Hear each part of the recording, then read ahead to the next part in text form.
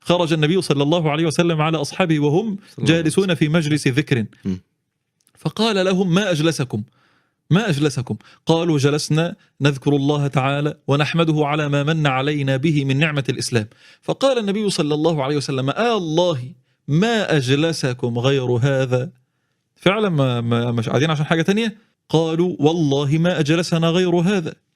قال النبي صلى الله عليه وسلم: أما إني لم أستحلفكم تهمة لكم.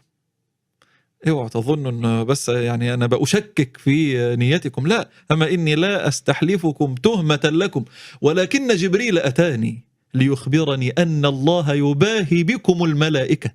الله اكبر، يباهي بكم الملائكة.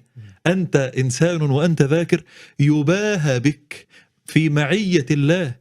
أنت تفعل فعلا هو من أعظم أعمال الدين. النبي عليه الصلاة والسلام كان يقول: ألا أخبركم بخير أعمالكم وأزكاها عند مليككم، في بعض الروايات وأرضاها عند مليككم. أنت بتعمل أكتر حاجة ترضي ربنا، وأرفعها في درجاتكم، ترفعك في درجات الجنة، وخير لكم من إنفاق الذهب والورق، وخير لكم من أن تلقوا عدوكم فتضربوا أعناقهم ويضربوا أعناقكم. قالوا: بلى يا رسول الله، إيه العمل العظيم اللي فوق كل ده؟